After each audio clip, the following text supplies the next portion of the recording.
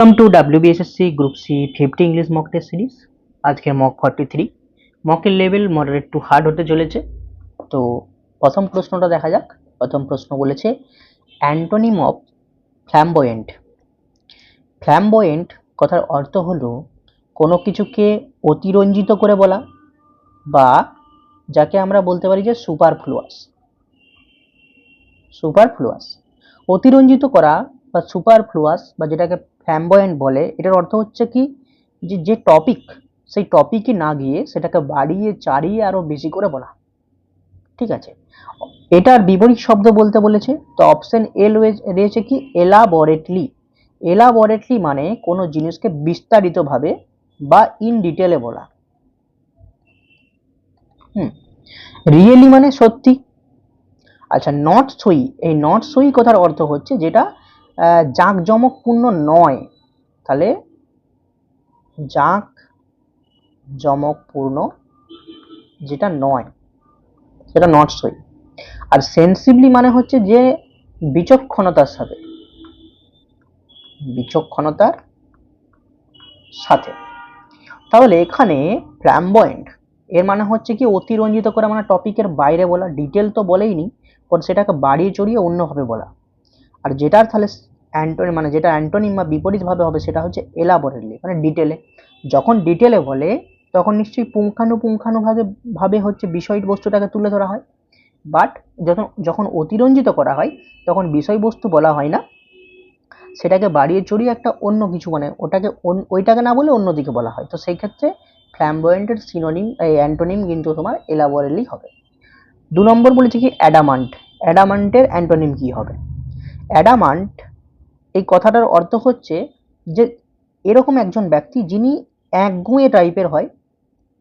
একগুঁয়ে কথা, সেটাকে বলা হচ্ছে তোমার অ্যাডামান্ট। একগুঁয়ে কিরকম? একগুঁয়ে মানে হচ্ছে যে যার মাইন্ডটাকে মানে তার যে মত, সেই মতটাকে সে কোনো মতে পরিবর্তন করবে না। মানে তার যদি মনে হয় এটা ঠিক তাহলে ঠিক, তার যদি মনে হয় ভুল সেটা ভুল। এবার যদি ভুলটা যদি ঠিকও হয় সে কিন্তু তার নিজের মতের পরিবর্তন সে কিন্তু করবে না, তাকে বলে একগুঁয়ে ব্যক্তি। অপশন এ বলেছে ইয়েল্ডিং। ইয়েল্ডিং মানে হচ্ছে যেটা ফলপ্রসূ, ফলপ্রসূ। বা ইয়েল্ডিং এর আমি যদি অ্যান্টোনিম বের করি তাহলে হবে সেটা স্টাবর্ন। স্টাবর্ন, ওকে। আচ্ছা, পারমিসিভ মানে কি? পারমিসিভ মানে হচ্ছে তোমার অনুমতি সূচক, অনুমতি সূচক, okay. Option D tolerant. Tolerant মানে হচ্ছে সহনশীল বা ইংলিশে আমরা বলতে পারি পেশেন্ট। হ্যাঁ, আর লিবারেল মানে হচ্ছে কি যিনি হচ্ছে কঠোর নয়, সকলের মনকে মানে সকলের মতকে সমানভাবে দেখে, তাকে বলে লিবারেল। তাহলে এখানে উত্তর হবে অপশন সি লিবারেল। একগুঁয়ের বিপরীত শব্দ হচ্ছে লিবারেল। আচ্ছা, নেক্সট প্রশ্ন কি বলেছে যে মরণ কথার অর্থ কি? মরণ কথার অর্থ হচ্ছে যে একজন মূর্খ ব্যক্তি বা একজন স্টুপিড ব্যক্তিকে। তো এখানে উত্তর হবে অপশন বি, ওকে। নেক্সট প্রশ্ন দেখো। নেক্সট প্রশ্ন বলেছে যে সেন্টেন্স ইমপ্রুভমেন্ট করতে। বলেছে the monkey was seated at the foot of a tree. যে বাঁদরটা গাছের ফুটে বসেছিল। এখন ফুট বলতে কি বোঝায়? ফুট বলতে বোঝায় যে বটম, মানে গাছ যে আছে সেই গাছের উপরে তো নিশ্চয়ই মাঙ্কি বসেছিল। তো এখানে ফুট বলতে বোঝাবে বটম, তাই এখানে উত্তর হবে অপশন এ। 5 বলেছে কি যে we met a lot of people dash our holidays. Appropriate preposition দিয়ে জয়েন করতে হবে যে আমাদের ছুটির দিনগুলিতে আমরা অনেক লোকের সঙ্গে সাক্ষাৎ করেছিলাম বা মিশেছিলাম। তো এইখানে কি অনেক লোকের সঙ্গে মিশেছিলাম কখন? যে আমাদের হলিডে চলাকালীন, আমাদের হলিডে চলাকালীন। তাহলে যখন কোনো চলাকালীন বোঝায় সেক্ষেত্রে তো অপশন সি ডিউরিং হবে এখানে উত্তর। তাহলে এখানে হবে ডিউরিং আওয়ার হলিডেজ। তাহলে আমাদের হলিডেজের সময় আমরা মানে হলিডেজ চলাকালীন আমরা অনেক লোকের সাথে মিশেছিলাম বা সাক্ষাৎ করেছিলাম। নেক্সট প্রশ্ন। নেক্সট প্রশ্ন অ্যাপ্রোপ্রিয়েট প্রিপোজিশন থেকে কি বলছে? He sat that's the shade of a tree. গাছের ছায়াতে বসেছিল, কিন্তু যদি বলতো যে গাছের নিচে বসেছিল সেক্ষেত্রে কিন্তু আন্ডার হতো। বাট এখানে শেড বলছে কি মানে যদি একটা গাছ হয় সেই গাছের নিচে একটা জায়গা জুড়ে গোল করে কিন্তু তোমার ছায়াটা পড়ে। আর সেই ছায়ার নিচে যখন বসেছিল তখন হচ্ছে কি ছায়ার মধ্যে বসেছিল। তাই এই ক্ষেত্রে হচ্ছে sat in the shade of the tree. এখানে ইন কেন হলো, কারণ ছায়া বলেছে বলে। বাট এখানে যদি বলতো যে হি স্যাট ড্যাশ এ ট্রি, তাহলে আন্ডার এ ট্রি হতো। ঠিক আছে, তাহলে এটা একটু কনফিউজিং ছিল, আন্ডার না করে, এটা ডাব্লিউবিসিএসও এক বছর এসেছিল। লাস্ট মানে 7 নম্বর প্রশ্ন হচ্ছে কি the secretary and treasurer is negligent of their duty. এখানে দেয়ারের জায়গায় ইমপ্রুভমেন্ট করতে হবে কি হিজ বসবে না হিম বসবে না দিস বসবে না নো ইমপ্রুভমেন্ট বসবে। দেখো এখানে সেক্রেটারি একজন ব্যক্তি আর এখানে ট্রেজারার হচ্ছে একজন ব্যক্তি, মানে যদি ধরি সেক্রেটারি একটা নাউন, ট্রেজারার একটা নাউন। এখন এই আর্টিকেল দি সেটা কিন্তু প্রথমে আছে, এর আগে কিন্তু আর্টিকেল থাকেনি।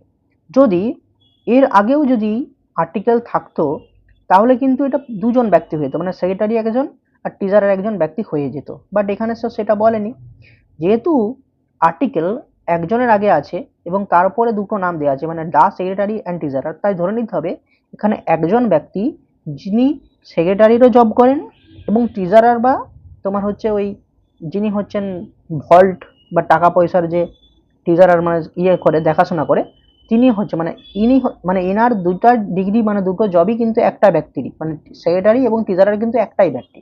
তাই যেহেতু একটাই ব্যক্তি তার জন্য দেখো ভার্বটাও কিন্তু এখানে সিঙ্গুলার হয়েছে। তাহলে এই জন্য নেগলিজেন্ট অফ দেয়ার ডিউটি নয়, এখানে যেহেতু একজন ব্যক্তি হয়ে তাই নেগলিজেন্ট অফ হিজ ডিউটি হয়। ঠিক আছে, হিজ ডিউটি হয়, তাই এখানে উত্তর হবে অপশন এ হিজ। এবারে আমাদেরকে মনে রাখতে হবে যে যখন আর্টিকেল একটার উপরে মানে কাছে বসে প্রথমে বসে যায়, এখানে যদি কমা কমা দিয়ে 4-5টাও লেখা থাকতো মানে সেক্রেটারি ট্রেজারার হেডমাস্টার হেডমাস্টার, তাহলে ধরে নিতে হতো যে যতগুলো পদ বলা হয়েছে সেটা কিন্তু একজন ব্যক্তিরই। তাহলে যখন আর্টিকেল প্রথমে বসে এবং তারপর তার পদগুলোকে বা গুণগুলোকে পরপর কমা কমা দিয়ে লেখা থাকে, তখন ব্যক্তির ক্ষেত্রে হয় হি, নাহলে হিম বা হিজ বা হিমসেলফ, এগুলো বসাতে হয়। এগুলো কার ক্ষেত্রে, পার্সন বা ব্যক্তির ক্ষেত্রে। বাট যদি বস্তু বোঝায় সেক্ষেত্রে ইট, ইটস, ইটসেলফ, এগুলো বোঝায় কিসের ক্ষেত্রে, যে কোনো বস্তুর ক্ষেত্রে, কোনো বস্তুর ক্ষেত্রে। আর এটা হচ্ছে তোমার কোনো ব্যক্তির ক্ষেত্রে। ওকে, নেক্সট প্রশ্ন দেখো, প্লুরাল অফ লোকাস।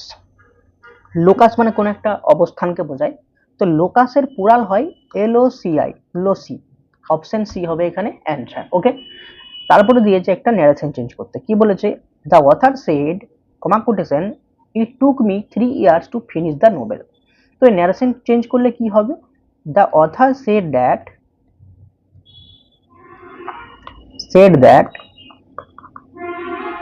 যেহেতু এটা টুক মি মানে এটা পাস্ট ইনডিফিনাইট টেন্সে আছে, তাই আমাকে এটাকে পাস্ট পারফেক্ট টেন্সে করতে হবে। তাহলে কি করব, যে ইট হ্যাড টেকেন, আচ্ছা এখানে অথার বলেছে তাই অথার নিজে এখানে ডাইরেক্ট, এটা হচ্ছে অথার নিজের কথা। বাট আমি যখন ওটাকে ইনডাইরেক্ট স্পিচে করছি সেক্ষেত্রে আমাকে মেয়ের জায়গায় হিম করতে হবে। ইট হ্যাড টেকেন হিম কি 3 years to finish the novel. এখানে উত্তর কোনটা আছে দেখি, প্রথমে বলছে the author said that it took him, এখানে পাস্ট ইনডিফিনাইট দিয়েছে, পাস্ট পারফেক্ট করতে হবে, তাহলে অপশন এ হলো না। নেক্সট হচ্ছে the author said that it had taken me করেছে, টেকেন হিম হবে, তাহলে অপশন বিও হলো না।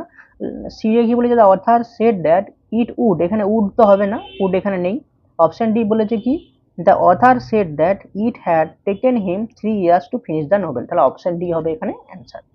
লাস্ট প্রশ্ন দেখে নাও, এরর কারেকশন থেকে বলেছে কি, the capital of Yemen is situating 2190 meters above the sea level। এখানে ইয়েমেনের যে ক্যাপিটালটা বা রাজধানীটা সেটা সামুদ্রিক লেভেল বা সি লেভেলের থেকে 2190 মিটার উঁচুতে অবস্থিত। তাহলে সিচুয়েটিং যখন যখন আমরা ভার্বের সঙ্গে আইএনজি যোগ করি তখন সেটা কন্টিনিউয়াস টেন্সে হয়ে যায়, আর কন্টিনিউয়াস টেন্স মানে বর্তমানে চলছে বোঝায় এবং এটা একসময় থেমে যায়। বাট এইখানে এটা তো বলেছে কি, এটা তো অবস্থিত রয়েছে মানে সেটা তো সত্য কথা, এটা তো এখন অবস্থান করছে না, তাই এটা হবে প্রেজেন্ট ইনডিফিনাইট টেন্সে। তাই এইখানে ইজ এর পরে সিচুয়েটেড করতে হবে। ওকে, তাই এখানে ভুল আছে, উত্তর হবে এটা, উত্তর হবে এটা। তাহলে এর ছিল বি সেকশনে। এটা যদি এ বি সি, এটা যদি ডি ধরি তাহলে ভুল ছিল তোমার বি সেকশনে। তাহলে এই ছিল 10টি প্রশ্ন। অবশ্যই কমেন্ট করে জানাবে তোমার কত স্কোর হয়েছে। আর দুটো মক টেস্ট এই চ্যানেলে আপডেট হবে শুধুমাত্র গ্রুপ সির জন্য। দেখা হচ্ছে পরের ভিডিওতে। আর ভালো লাগলে অবশ্যই চ্যানেলটিকে সাবস্ক্রাইব করে পাশে থাকুন।